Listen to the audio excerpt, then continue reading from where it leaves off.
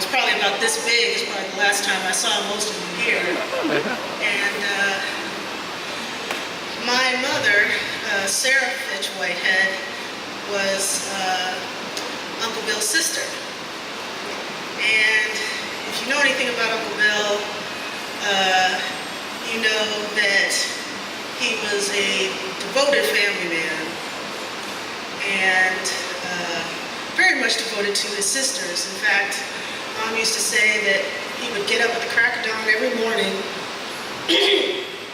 to drive her all the way over to the neighboring county to teach school, then, come and pick her up at the end of the day, because she was only about 16 at the time, and he didn't want to leave that duty up to anybody else. And he continued to be devoted to her all her life. They spoke on the phone every single day. Now, if you know Uncle Bill, you know he's a man of few words, so the conversation was literally 5 minutes long. It consisted of Say, hey Say, hey Bill, how you doing? I'm fine. How are you? I'm fine. How's the weather? Well, it's cold here. How's the weather down there? Oh, not so bad. Okay, bye-bye. No, I love you or nothing like that. I guess the love was in the fact that they did it every day at 6 o'clock in the morning. Which, it wasn't great for the rest of us in the household because we knew the phone was going to ring at 6 a.m. But Mom was always up because she came from the country, and she always, I think from the time she was little, she was in charge of taking the eggs. So she'd be up at 5 a.m. The rest was always asleep, but she and Uncle Bill would be up, and they would talk their little 5 minutes. And so I would say that's probably one of the biggest memories I have of him is that kind of devotion of driving across county to take her to school, the 5-minute phone calls, and the 2.5-hour drive just to unstop Mom's drain.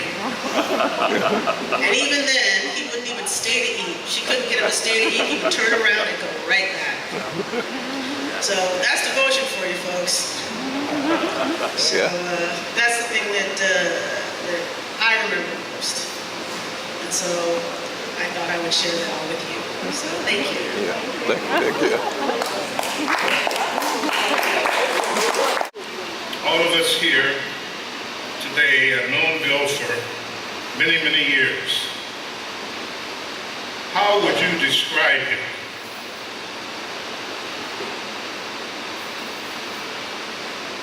Was he a kind man? Was he a friendly man? Was he a smart man? Was he a serious man? An humble man? A gentleman? In my personal judgment, after knowing Bill for 58 years,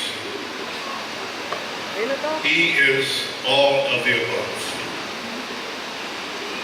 Today, it's all about William Vernon Fitch. Bill, I know how modest you are, but this is the way the family and friends wish to express thanks and appreciation to you. I would like to cite a few of the many contacts I have had with Bill over the many years I have known him. I met Bill in 1956. He was stationed in the Army in Texas. He came home to Somerset, Kentucky that year with his family, who were also living in Texas. I was dating his sister, Sarah, and was told that Bill was a dedicated, no-nonsense family man. Later, I found this to be true. Bill and his family were later shipped overseas to Spain. As he performed his tour of duty with the Army, working with computers, his children went to school in Spain. Later, out of devotion to his mother. He asked to be reassigned to be near her when she became ill with a fatal illness. He was reassigned to Columbus, Ohio. Upon his discharge from the Army, Bill sought employment with the Ohio Department of Liquor Control, where he installed their computer system. Sometime later, he was hired by the Ohio Bureau of Motor Vehicles, and there he also installed their computer system.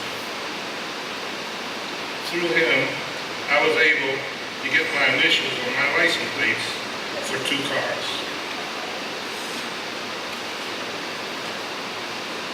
For 58 years, Bill has been a brother to me. He was the best brother-in-law that anyone could ever ask for. Bill always had a quiet disposition, but when he spoke, everybody listened. Bill was very smart about everything. He was a painter, a carpenter, a plumber, an electrician, an all-around man, as well as a computer expert, programmer, and mechanic. Bill, I want to thank you for all of the many things that you have done for Sarah and I over the many years. You're always there, and you were always good-hearted and would take the shirt off your back to help anyone in need. My wife Sarah and her brother Bill would call each other almost daily and would comfort each other in solving whatever problems they had. If there were no problems, they could call each other anyway every morning and would talk only a minute or two, and they found comfort in each other as brother and sister. You can't help but love a man like Bill Fitch, because you know without his telling you where his heart lies. He was always with his family, and he was always there for them. He picked his friends and was very loyal to them. Bill loved gardening and will give most of his vegetables to neighbors and friends. He never liked chicken after working as a teenager in a chicken processing plant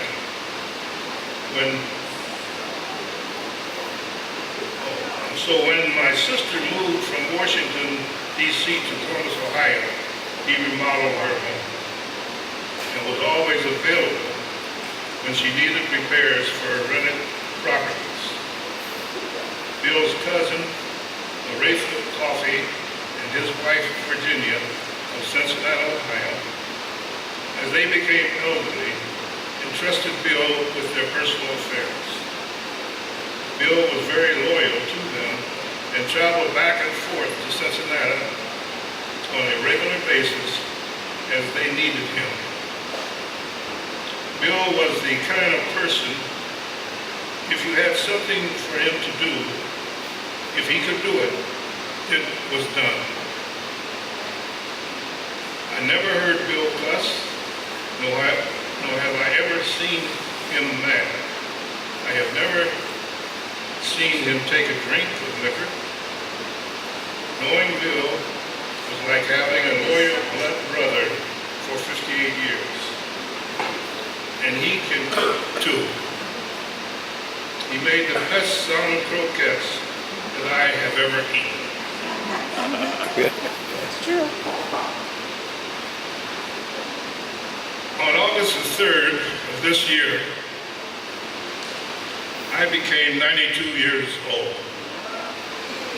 So Bill, I want to welcome you to the 90s.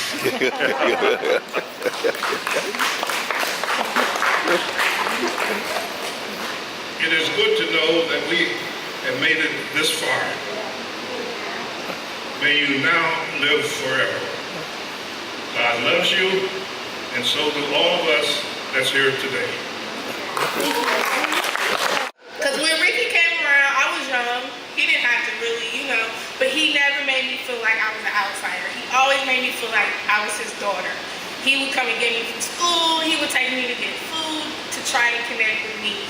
And to this day, I know that I can ask him for anything and he'll do it. So I appreciate it. Big Bill's youngest grandchild. I spent a lot of time at his house out in Southfield. He practically was like another father to me. You know what I mean? It was like my father and him. It was just I really appreciate who he was or who he is. He's not dead. He's still here. Who he is. And the fact, one of the things that I saw every time when I was growing up, I saw all the stuff, all the stories like where he would go to Cleveland and help Aunt Sarah. We would drive all the way to Cleveland, and then we would come all the way back. Like it would 4 hours just to fix something or do something. He was always doing something for somebody. That's something I always learned from him. He was a very, very giving person, a very, very loving person, and he didn't really do it for gratitude. He didn't really do it for for credit. He really did it just out of the kindness of his heart. And I really value that. And I really do wish that I was able to say it to him where he really understand. And because when I left, just 3 years ago, he was still cutting. Matter of fact, the day I left, he was cutting grass. He was, cooking his own meals, driving around. And then I come back now, and he goes from a lawnmower to a walker, and it's really a big shock to me, And I know, and it's hard for me to see him like this because I grow up and I see him. He's this big, strong man who can do anything. Like I heard stories of him building a house for my grandmother, and then I didn't believe it until I saw him build a big tool shed in the backyard. Like this man really got out and built the tool shed. It could be somebody's like small apartment is what it was, and he used to do gardening and all these different things. He had all these kind of different things that he could do. And I really do wish that I could really just thank him for everything that he was, that he is, but I can't. So all I can just say is that he really means a lot to me, and he really is like near and dear to my heart, like a father. Even when my father died, he was there. He was always there.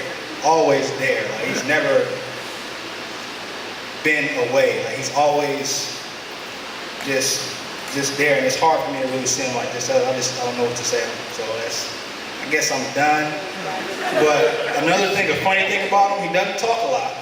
So I would ask him different questions and different things like that. He doesn't talk a lot. And one of the things that he always says when we talk on the phone, at least when I was away, "Hey, how you doing, buddy?" He's like, "Oh, I'm doing good." Yeah. "How's the weather?" "It's great." "You working?" That's always his thing. "Are you working?" And that's like, I'm like, "Yeah, Grandpa, I'm working. I'm still working." Employment is a big thing, man. Making sure that you're working and you're not a loser or a bum or anything. You have to be a provider like him. So I'm appreciative, and now I'm 25. I'm trying to pattern myself after Big Bill, and maybe one day I could be as great as he is.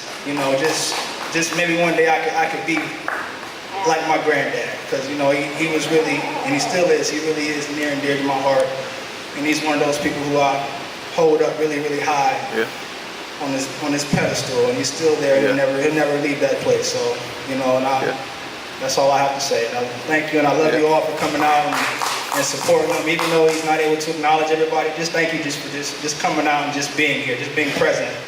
I'm sure he appreciates it and he feels it. So thank you, and God bless.